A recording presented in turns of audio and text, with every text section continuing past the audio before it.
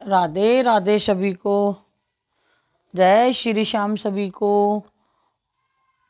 पाप मोचनी एकादशी की सभी को हार्दिक शुभकामनाएं। पाप मोचनी एकादशी कोई साधारण एकादशी नहीं है भक्तों। सभी पापों को नष्ट करने वाली पाप मोचनी एकादशी कहलाती है। पाप मोचनी एकादशी 2026 में शुभ मुहूर्त और पारण समय कृष्ण पक्ष एकादशी तिथि प्रारंभ 14 मार्च सुबह 8:10 से 15 मार्च सुबह 9:16 तक है। पाप मोचनी एकादशी तिथि 15 मार्च 2026 दिन रविवार। पाप मोचनी एकादशी पारण समय 16 मार्च को सुबह 6:30 से लेकर सुबह 8:54 के मध्य में होगा। जय श्री श्याम मेरे भक्तों। राधे राधे हरे कृष्णा। पाप मोचनी एकादशी की कथा सुनाते हैं आपको। राधे राधे हरे कृष्णा हरे कृष्णा हरे कृष्णा हरे कृष्णा। चैत कृष्ण पक्ष पाप मोचनी एकादशी की कथा भक्तों ध्यान से सुनना।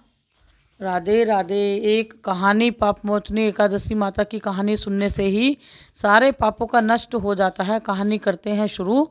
अपने हाथ में चावल और फूल जल का छींटा लगाकर रख लेना और कहानी ध्यान से सुनना। एक समय युधिष्ठिर ने पूछा, हे यदुनंदन, अब आप चैत्र मास की कृष्ण पक्ष की एकादशी का नाम तथा उसकी विधि क्या है, यह सब कथा माध्यम सहित वर्णन कीजिए। भगवान श्री कृष्ण जी ने कहा, हे धर्मपुत्र, हे एक बार राजा मानधाता ने भी लोमश ऋषि से यही सवाल पूछा था। तब लोमश ऋषि ने कहा, हे राजन, चैत्र मास के कृष्ण पक्ष की एकादशी का नाम पाप मोचनी है। इसका व्रत करने वाले के सभी पाप नष्ट हो जाते हैं। इस संबंध में तुम्हें एक कथा सुनाता हूँ। प्राचीन काल में चैत्र रथ नाम का एक सुंदर बसंत ऋतु युक्त वन था। उस वन में गंधर्व कन्याएं विहार करती थीं और उसी वन में देवराज इंद्र भी अन्य देवताओं के सहित क्रीड़ा किया करते थे। हे राजन, उसी वन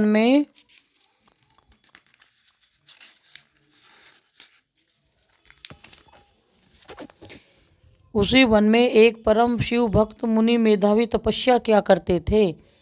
एक बार एक मंजू घोषा नाम की अप्सरा मुनि को मोहित करने के लिए मधुर स्वर से गाना गाने लगी। उस समय अनंग कामदेव भी शिव भक्त मेधावी मुनि पर विजय प्राप्त करने के लिए प्रयत्नशील थे। तब कामदेव ने मंजू घोषा अप्सरा के भ्रू को धनुष बनाकर कटाक्ष की प्रत्यंचा डोरी बांध उसके नेत्रों को संकेत बना और कुर्चों को कुरी बना मंजू घोषा को सेना नायक बनाकर मुनि के ऊपर प्रहार किया। उस समय वह मेधावी मुनि हष्ट पुष्ट तथा युवा थे और कामदेव के समान सुंदर प्रतीत होते थे। कामदेव के वश में होने वाली मंजू घोषा अप्सरा ने मधुर वाणी से धीरे धीरे गाना शुरू किया। वह मुनि भी उसके सौंदर्य एवं गायन पर मुग्ध हो गए। उस मंजू घोषा ने मुनि को कामदेव से पीड़ित और अपने ऊपर आसक्त जानकर जिस प्रकार लता वृक्ष से आलिंगन करती है, उसी प्रकार वह अप्सरा भी उस मेधावी मुनि से आलिंगन करने लगी। मेधावी मुनि भी काम के वशीभूत होकर उस अप्सरा के साथ बहुत काल तक भोग करते रहे। एक दिन मेधावी मुनि से मंजू घोषा ने कहा, हे नाथ, अब मुझे यहाँ रहते हुए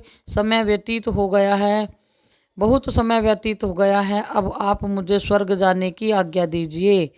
अप्सरा के ऐसे वचन सुनकर मुनि ने कहा, हे सुंदरी, तुम आज और इसी संध्या को तो आई हो, अतः कुछ समय तक मेरे पास ठहरो। प्रातः होते ही चली जाना। मुनि के आग्रह करने पर अप्सरा ठहर गई और कुछ काल वहीं रहकर भोग विलास किया। एक दिन फिर उस अप्सरा ने मुनि से स्वर्ग जाने की आज्ञा मांगी। मेधावी मुनि ने कहा, हे देवी, अभी तो कुछ भी समय नहीं हुआ है, अतः अभी कुछ देर के लिए और ठहर जाओ।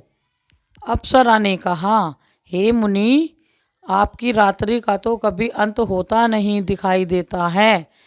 मुझे यहाँ आए बहुत समय बीत गया है। मंजू घोषा के ऐसे वचन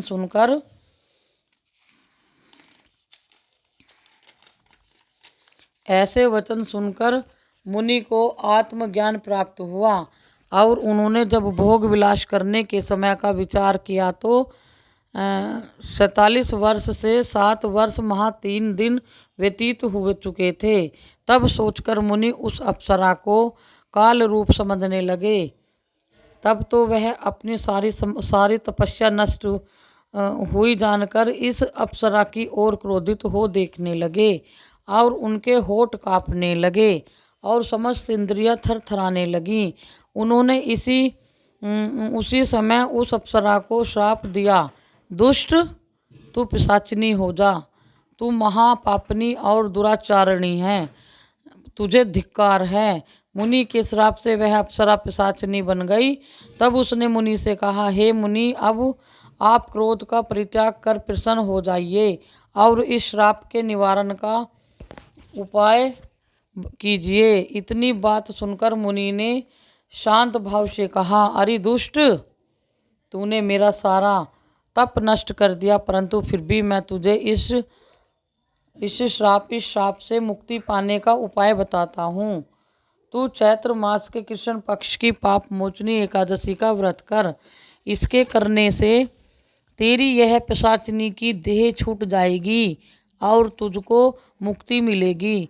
इस मुनि ने उसे व्रत का विधि विधान आदि सब बता दिया और मेधावी मुनि अपने पूज्य पिता श्री च्यवन ऋषि के पास अपने पापों का प्रायश्चित करने चले गए। च्यवन ऋषि अपने पुत्र को देखकर बोले, पुत्र, तूने यह क्या किया? तेरे समस्त तप का अंत हो गया है। तब मेधावी मुनि ने कहा, हे पिता, मैंने बहुत बड़ा पाप किया है, अतः कृपा करके आप मेरे इन पापों को दूर करने का उपाय बताइए। च्यवन ऋषि ने कहा, हे पुत्र, तुम चैत्र मास के कृष्ण पक्ष की पाप मोचनी एकादशी का व्रत किया करो। इसके करने से तुम्हारे समस्त पाप दूर हो जाएंगे। पिता की आज्ञा से मेधावी मुनि ने विधि पूर्वक उस पाप मोचनी एकादशी का व्रत किया, जिसके प्रभाव से उनके समस्त पाप दूर हो गए। इधर वह अप्सरा की पाप मोचनी एकादशी का व्रत कर अपने समस्त पापों से मुक्त हो और पिशाचिनी देह छोड़कर सुंदर रूप धारण कर स्वर्ग लोक को गई। लोमश ऋषि बोले, हे मानधाता, इस पाप मोचनी एकादशी के व्रत के प्रभाव से मनुष्य के समस्त पाप दूर हो जाते हैं। इसकी कथा सुनने, करने तथा पढ़ने से 1000 गोदान का फल प्राप्त होता है। बोलो पाप मोचनी एकादशी मैया की जय। विष्णु भगवान की जय। श्री हरि की जय। लड्डू गोपाल की जय। राधे रानी की जय। मेरे विष्णु भगवान की जय। बोलो बांके बिहारी लाल की जय। श्याम प्रेमियों, कहानी पूरी हो गई है। ध्यान से सुनना, व्रत रखना बहुत अच्छा है। 1000 गौदान के बराबर होती है। फलाहार, इस दिन चिरौंजी, मेवा, दूध की मिठाई, फल आदि लिए जा सकते हैं। बोलो विष्णु भगवान की जय। कृष्ण भगवान की जय। मेरी राधे रानी की जय। हे मेरे प्रभु, सबकी मनोकामना पूरी करना। राधे राधे मेरे श्याम प्रेमियों। राधे राधे सभी भक्तों को जय श्री श्याम।